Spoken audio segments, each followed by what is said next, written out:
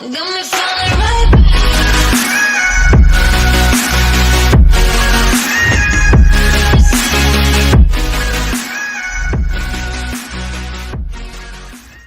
You are not going to see much emotion from our guy, Brett. This dude is a man David Katz keeps to himself. He's a man of business. He's not here for the experience and to go out, this, that, and the third. He's not here to make friends. He's all business. He's focused, and to even get him to open up to talk to you about anything, it's like pulling teeth, man. He was heading back to his... Hello again, everyone. Welcome to another Nero and Realist. Yesterday, Sunday, August 26, 2018, in Jacksonville, Florida, many of you, you know already that there was a shooting at a Madden football tournament in the Jacksonville Landing Complex about 1:34 in the afternoon Eastern Time. 2 men were killed. Both players in that esports tournament. 11 others were injured, with 9 of the 11 injured coming from gunshot wounds. The 2 men who were killed were Taylor Robertson, going by the gamer tag Spot Me Please. He was 27 years old, lived in West Virginia, and Taylor Robertson was married and a father of a young son, unfortunately. EA Sports says that Robertson had won 13 out of his last 18 matches in the Madden NFL tournament, so that's a very impressive record. The other man was a young man named Eli Clayton, gamer tag Trueboy. He was only 22 years old, and he was from Woodland Hills, California, so he'd come a long way to compete in that tournament in Florida. So this wasn't some local LAN party or a bunch of guys getting together to play Xbox. This tournament was serious business and involved competitors from, as you could see from the 2 deceased victims alone, from all over the country as far as California. Esports is a big effing deal now, as Joe Biden would say, as you had 150 competitors at that event, and they were playing over Saturday and Sunday prize of $5,000. And the winner would move on to the final tournament in Las Vegas, where the top prize is $125,000. Now, unfortunately, this heinous attack was live streamed on Twitch while it was happening. Fortunately, the video did cut out. It cut to one of the Madden football matches, showing that the controller was unplugged just as the shooting started. But just before the player cam was taken down, you could see a red dot from a laser appear on one of the players a few seconds before the first shot was heard.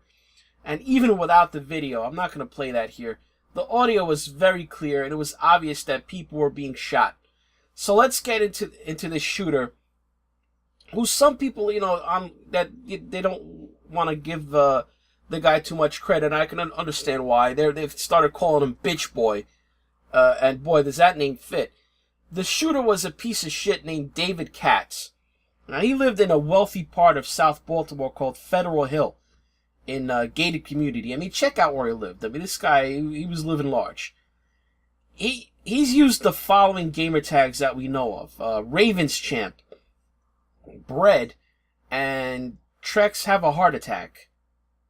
So, Katz, he previously won the Madden 17 Bills Club Championship in Buffalo, New York, back in 2017 for a $10,000 prize. And then he went on to lose in the quarterfinals held in California last year. So, this Katz guy was obviously a serious esports competitor who would travel all across the country to compete in Madden football tournaments.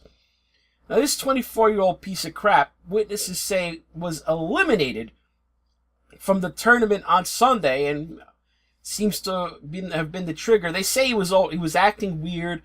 He was wearing the same clothes on Sunday that he competed in on Saturday, the day before.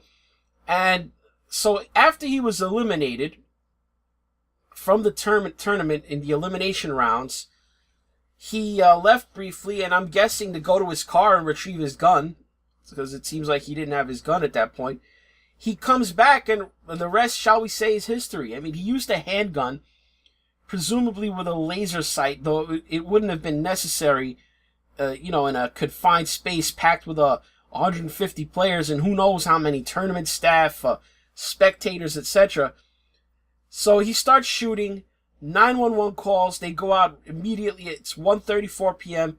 Cops respond instantly within 2 minutes. By 1:36, cops are on the scene. So I'm guessing they were nearby or in the complex. So this garbage human, like a lot of these cowards, when the good guys with guns show up, they take their own lives, as it's believed that Katz, he died from a self-inflicted gunshot wound. So let us not forget, in addition to the 2 men who died, some of the wounded, they're in bad shape. They're going through a tough time as well. You have this guy, Timothy Anselmo, gamertag @OLarry2K. He got shot 3 times. He has wounds in his chest and one of his hands. A fellow gamer by the name of Bucktalide was able to retrieve his gaming bag and his phone, and he tweeted a picture of Timothy's bloody gaming bag. I mean, look at that. You have another guy, Fitzmagic13 on Twitter, says he needs foot surgery and he was 5 feet away from Katz when he was shooting. Apparently his father jumped on him to protect him. Fortunately, the father didn't get shot doing it, so that's a small thing that went okay, I guess. Now, you know me. Whenever one of these things happens, I want to know more about this David Katz guy to see what was going on with him and what the spin of the left-wing media is going to be. Well, it looks like some sleuths over at the Donald subreddit, they found some 2-year-old posts from Ravens Champ. That's one of the gamer tags used by the shooter David Katz. In what is it's believed that it's his Reddit account. So posts that make it clear that Ravens Champ, this David Katz, didn't think too much of, quote, Trump-tards and Americans. So it would seem that David Katz was a card-carrying member of the hashtag resistance movement. Now, I'm not going to sit here and place the blame on people like Nancy Pelosi, Chuck Schumer, or any of the myriad politicians and celebrities who make up the hashtag resistance, for the violent actions of this madman. And it's been reported that David Katz may have had serious mental health problems while he was growing up. There are sealed mental health records in his parents' divorce case that I'm sure will soon come to light in the press. But you know that whenever a shooting occurs, the media, they blame Trump, the NRA, the GOP, gun manufacturers, gun culture, etc., etc., even when no connection between those entities and a shooter can be established. But if a shooter were to have a history of, say, wearing a MAGA hat, or even saying he voted for Trump, the media would have a field day running to every Republican politician they could find and ask if they disavow the violent rhetoric or disassociate from the shooter. You'd have Jim Acosta screaming at the top of his lungs at Donald Trump at some White House event. You know the drill. Let's see if, now that it's clear that David Katz was a Trump-hating SJW who didn't have any use for, quote, Americans, people who love their country, the United States. Let's see if Wolf Blitzer, Don Lemon, Rachel Maddow, and that whole crowd are going to hold tearful monologues on their news shows, lamenting the violent rhetoric of the hashtag resistance movement and Trump haters who may have influenced this man to resort to violence. I mean, that's what they've done before in shooting after shooting previously. But nope, just as in the case with the shooter who shot up Steve Scalise and the GOP baseball team practicing at Virginia baseball fields, something tells me that this is going to be another case of a shooter whose anti-Trump beliefs will go unexamined and the story quickly shunted aside if the narrative grows too problematic and deviates too much from the approved narrative. Something tells me we'll hear about violent video games or some other nonsense, anything to avoid the things that would really cut down on this violence. I mean, let's talk about this incident specifically. Security at these esports events, it's got to improve. Hell, what security? If anyone has ever gone to one of these events, security is usually either minimal or it doesn't exist at all. You can just walk right in. This event was held in another so-called gun-free zone, packing hundreds of potential targets into a confined space and ripe for someone with bad intentions to exploit that. Esport events, They make big money. I mean, just look at the prizes. You think they're giving those prizes away? They're not making money hand over fist. These events are very profitable.